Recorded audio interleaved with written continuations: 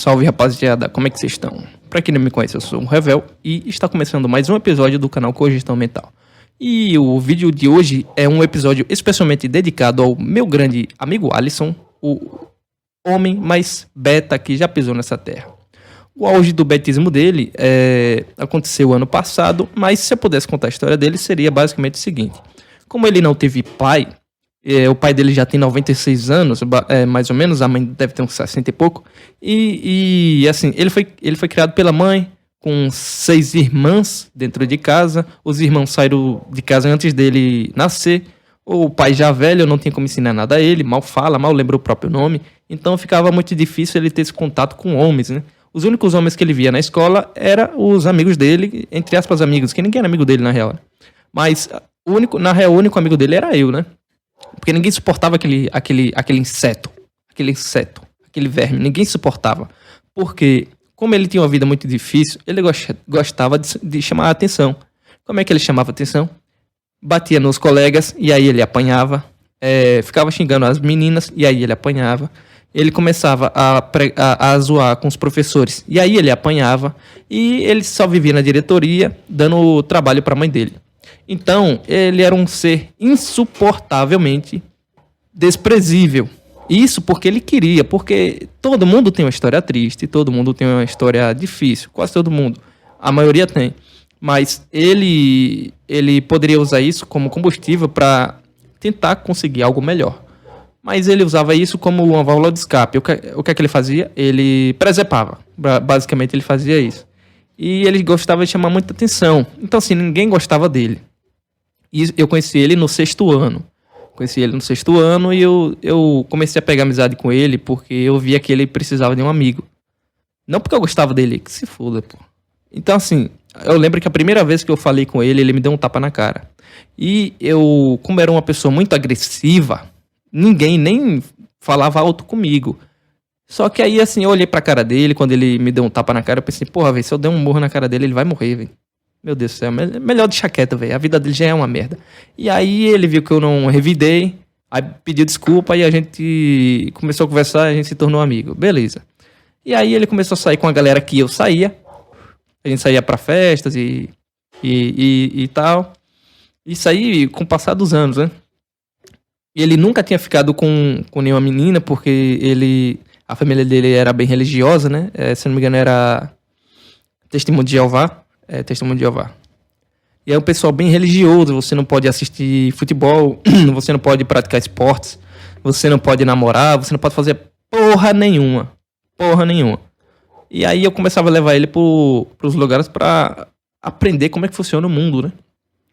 E assim, tá ligado aquele tipo de gente que não sabe fazer porra nenhuma, mas se acha o melhor de todos? Era ele. Se você é o melhor de todos, e você diz que é o melhor de todos, não é soberba, porque você sabe quem você é.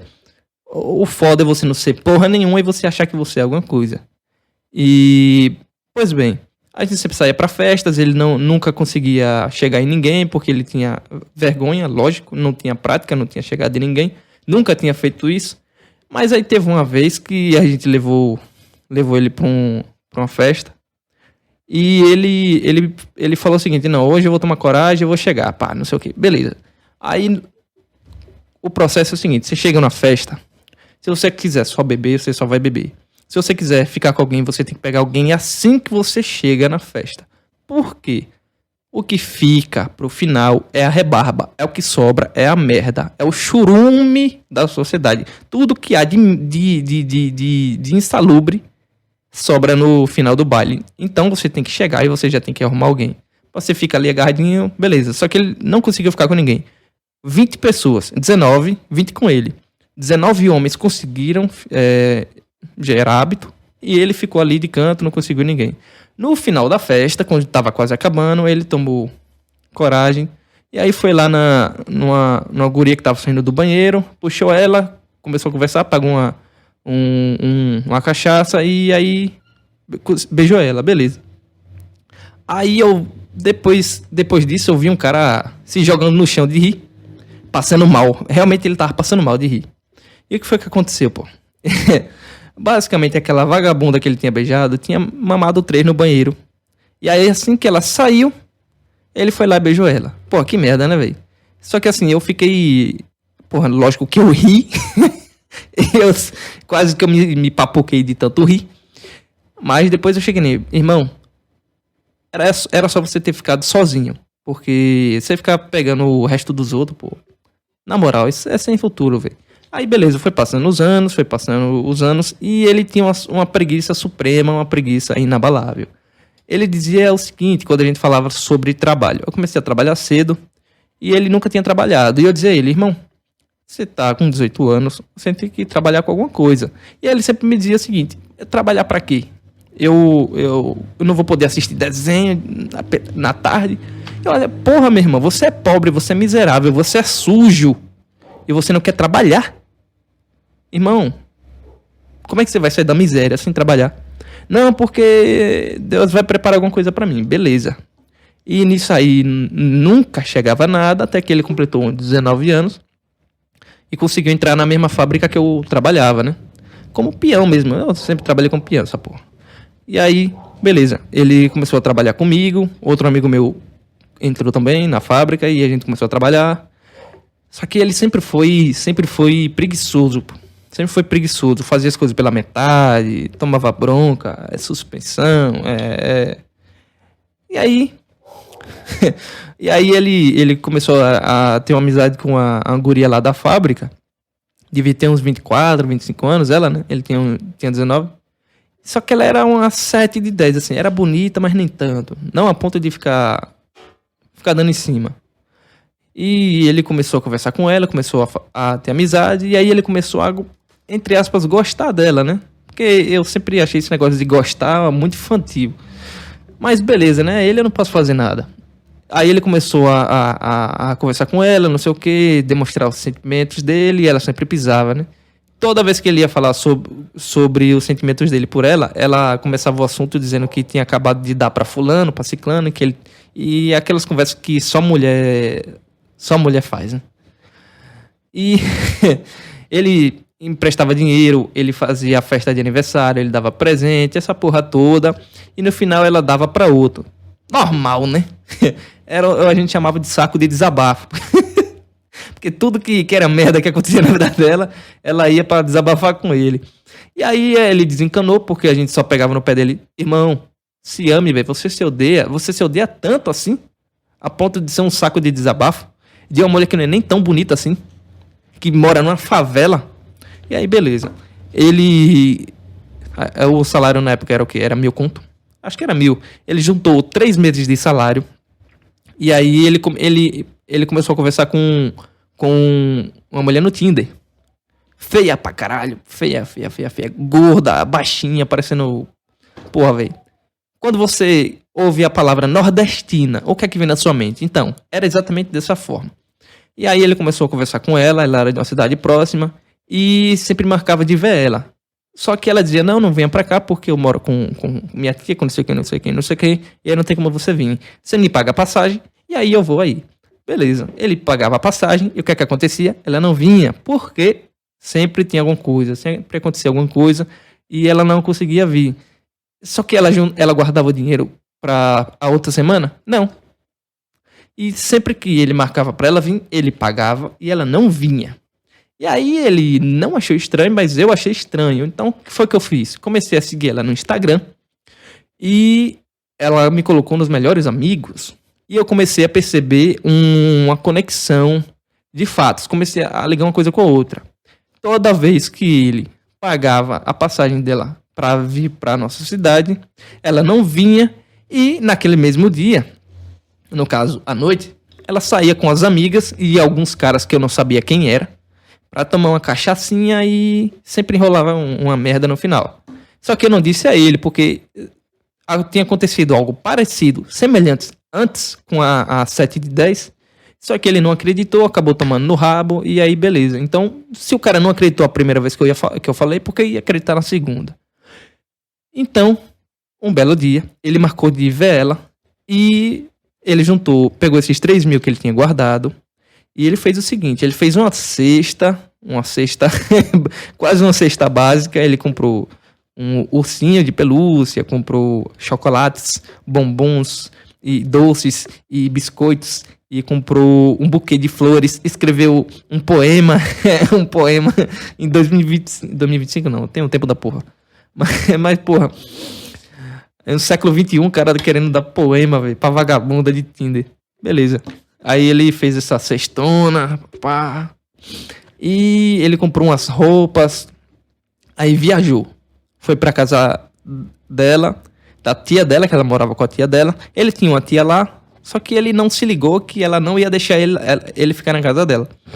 Aí o que foi que aconteceu? No primeiro dia, ele levou ela pra um restaurante. Caralho, que restaurante? Um restaurante italiano. Foda pra caralho. E com certeza era bem caro. E aí ele entregou as roupas, entregou a cesta básica, pá, não sei, a cesta básica, entregou a cestinha que ele fez pra ela. E só que aí ela não se aproximou muito dele e ele achou que ela tava com vergonha, né? Beleza, né? Tá bom. Cada um foi pra ela foi pra casa dela, ele foi pra casa da tia dele, que nem sabia que ele tava lá. E no segundo dia ele levou ela pra um almoço, né? Primeiro foi jantar, o segundo almoço. É sempre comida, sempre comida. E aí eles conversaram, isso e aquilo, e ele chegou mais nela, toda vez que ele chegava ela saía. Isso ele me contando, né? Toda vez que ele chegava ela se saía. E ficou nessa amarração até o terceiro dia. Primeiro dia ele gastou, segundo dia ele gastou mais ainda. No terceiro dia, aí ele foi ver um filme com ela. Aí ele pensou que no filme eu vou botar pra fuder. Só no pensamento, né? Porque ele levou ela pra assistir o filme. Pagou a entrada, pagou o lanche, assistiu o filme que... Porra, que merda, velho. Eu nem lembro que filme que era, só sei que me deu vontade de vomitar quando ele falou o nome do filme. E, beleza. Ele deu R$500, que foi o que sobrou. O cara nem pensou na passagem. Deu 500 conto que sobrou a ela. E aí, no final de tudo, quando ele saiu do filme, ele questionou. Quando ele saiu do cemitério, não, como é o nome? Do cinema, ele questionou ela. Pô, velho, já tô aqui há 3 dias e nada. Você não vai deixar nem dar um beijinho, não sei o quê? E aí ela olhou pra ele e falou o seguinte. Pô, velho, nem vai dar porque eu sou lésbica e daqui a pouco vai dar a hora pra eu ir ver a minha namorada. Então, não vai dar não. E aí... E aí ele voltou pra casa da tia dele. Sem a cesta, sem as roupas. Inclusive ele deu roupas dele pra ela, não, fora o presente. Fora o passeio de shopping que ele fez. Deu relógio, a porra toda. Gastou R$3.000. Deu 500 conto na mão dela. E não tinha dinheiro nem pra passagem de volta. E aí, tá bom, muito bom, né? Uma delícia. Voltou pra casa da tia dele. Pegou um dinheiro emprestado e voltou pela manhã no outro dia. E ele me contou essa história. Eu quase dei um infarto de tanto rir. E ele não aprendeu, porque depois, isso foi no final de ano, né? No outro ano, no ano seguinte, meses depois, 2, 3 meses depois, ele começou a conversar com a mãe solteira da fábrica, que ele conheceu lá na fábrica. E aí ele começou a ver ela. Ia uma vez na semana, 2 vezes na semana. Daqui a pouco ele ia na sexta, só saía na segunda para ir pro trabalho. E aí ele começou a sustentar essa mãe solteira, né? Com 2 filhos, inclusive, 2 filhos, 2 bonecos. Começou começou a sustentar ela. Começou a pagar o aluguel, começou a pagar a água, começou a pagar a luz, começou a pagar a internet, começou a comprar o botijão, começou a fazer compras, começou a dar presente. E beleza, né? Tudo bem, tudo certo. Só que aí ela falou que tava endividada. Pô, velho, eu tô com a dívida aqui no cartão, porque o meu ex-marido me deixou aqui. Sempre essa conversa, né? O culpado sempre é o homem. Ele me deixou nessa situação deplorável e eu tô sem dinheiro. E isso 2, 3 meses sem gastar. Tô sem dinheiro, mas sem gastar nada. Ele sustentando uma casa por 2, 3 meses. E aí, beleza, velho. Comia ela uma vez por semana. Ficava nesse lenga-lenga. E aí ela convenceu ele a tirar R$10.000 de empréstimo. Ó, que coisa maravilhosa.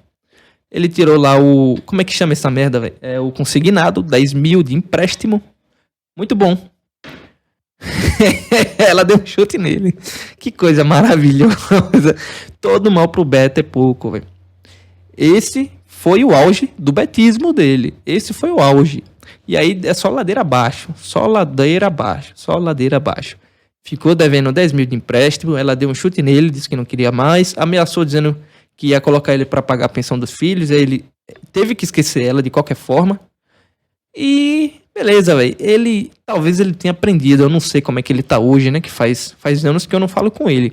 Só sei que ele largou esse ano que passou agora, largou o emprego pra virar dançarino de capoeira. Porque capoeira deixou de ser luta depois que inventaram a arma, depois que inventaram faca, depois que inventaram fuzil, né?